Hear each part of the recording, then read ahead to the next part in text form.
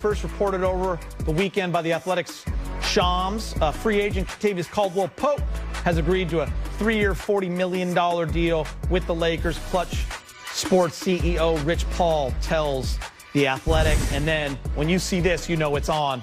Right after that, LeBron. That's yes, sir. Congrats, my brother.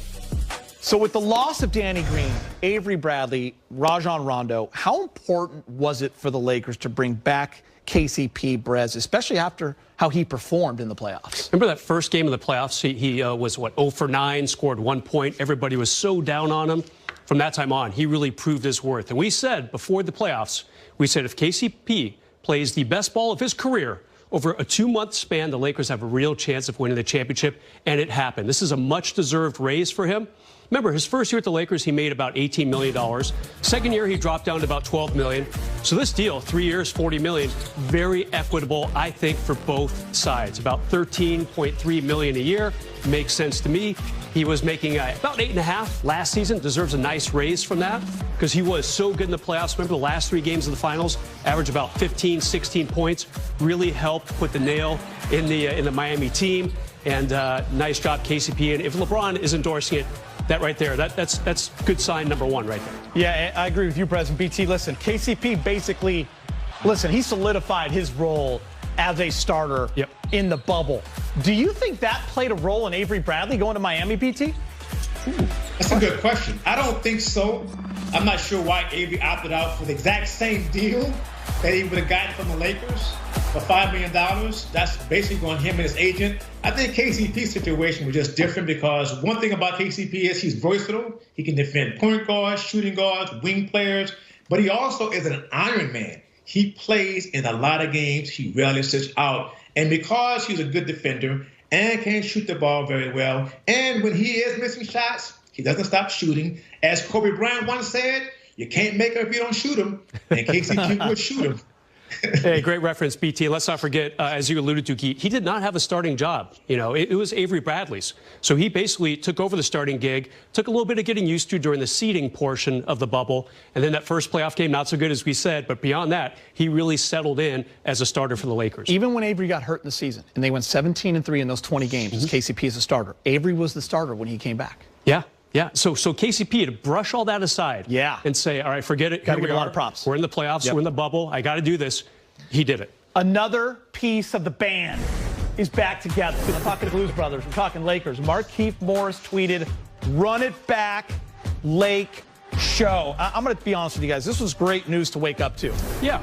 Because every Laker fan last night, whether it was friends or whether it was on Twitter, everyone's wondering, can you still get Markieff? Do they have enough to get him? Where's he going? We need him. How big was it for them to get him back, President, at this price? Yeah, vets him in, about $2.5 million is what he's going to make next season. And good for the Lakers. And good for Markieff, too. Obviously, he enjoyed it here. He and his agent presumably looked around, and this is the best deal, or maybe a similar deal to what they'd be getting elsewhere.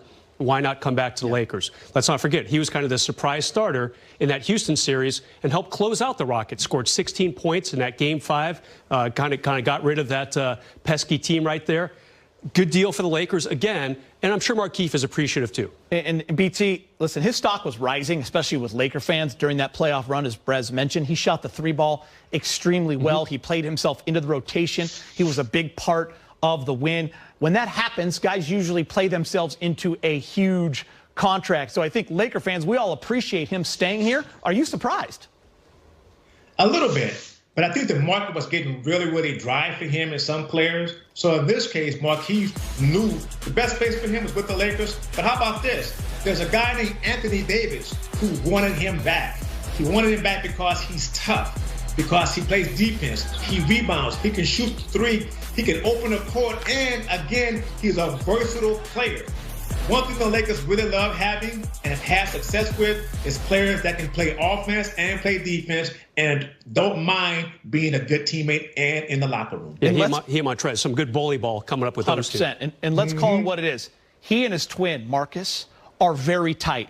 Marcus got paid $64 million for 4 years with the Clippers. They share a bank account. So Markieff is doing just fine, Brez. But how about that? What a score for the Lakers front office. Listen, Marcus Morris is a great player. And the Clippers did the right thing by keeping him.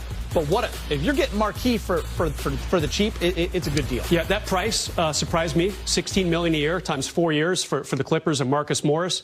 Marcus might be slightly better, no doubt about it. He didn't have a great playoff run for them necessarily, but Markieff at the veterans minimum. We've mentioned Rob Pelinka's name a couple times already. I'm going to say it again. This guy is making it happen for the Lakers. It's only, his second offseason without Magic Johnson, and he is showing the NBA world. He did last year when he acquired Anthony Davis. A little bit of a gamble, gave away 3 first-round picks, some good young talent. But yet again, he is showing the NBA world he is a force to be reckoned with in terms of executives. All right, now with all the fun additions, there's always some sadness with those who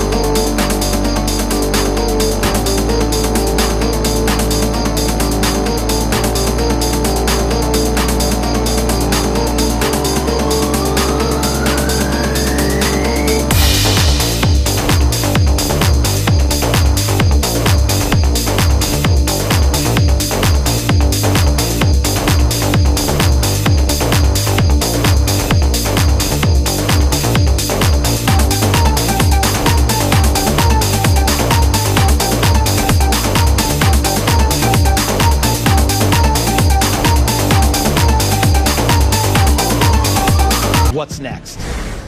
Man, hated him when he was on the Celtics, and then we grew to love him as a Laker. He's only the second player to ever win a ring with both the Lakers and the Celtics, joining Clyde Lovelet, by the way. He did that back in 1954. Oof. BT was only a couple years old when the Lakers were still in Minneapolis. What will you remember, BT, what will you remember most about Rondo's time in L.A.? Playoff Rondo. That was my answer.